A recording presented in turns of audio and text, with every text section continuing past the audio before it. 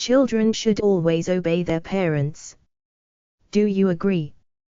This is one of the oldest adages in every culture. Religious and other ancient texts mention that children owe a great debt to their parents. Philosophers Western and Eastern have written volumes that children should always obey their parents. It is perfectly clear that children owe some obedience to their parents, at least when they, the children, are too young to know what is good for them. But it is difficult to agree that children should always obey their parents. First of all, the adage assumes that parents know everything and that they cannot be wrong and that they will always do what is good for their children.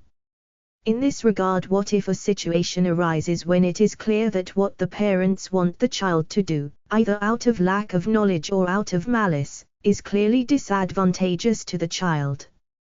Secondly, there is the question as to when the children can stop obeying, that is, when they should stop obeying their parents and start leading their own lives.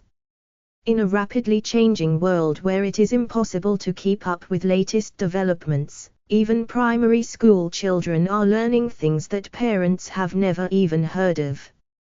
Under such circumstances, it is clear that sometimes, parents may not know enough to guide their children carefully. Parents with strong cultural backgrounds often, though meaning well, teach their children how to live in their parents' time and country of origin.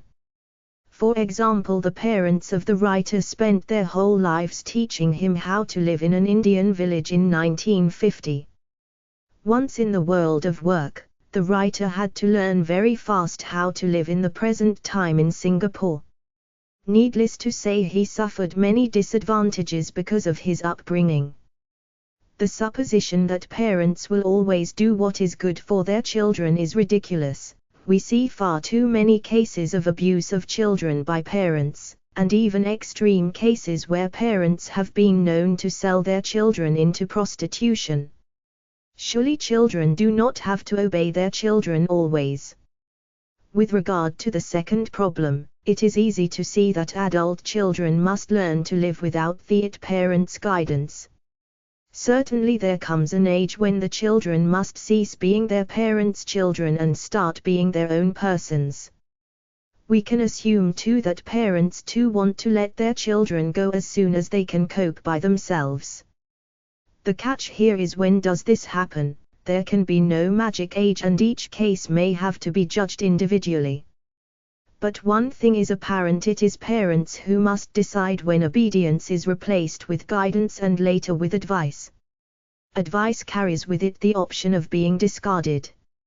Obedience to parents, if not deeply analyzed, appears so natural, but upon reflection does bring out a few problems. Certainly there should never be blind obedience to anyone, parents included. Obedience to rules would be a more reasonable choice. The rules should be made after a lot of empirical study and with the aim that they should be good for society as a whole. Perhaps parents of the future will be more enlightened to give up some of their authority and work towards doing what is good for all.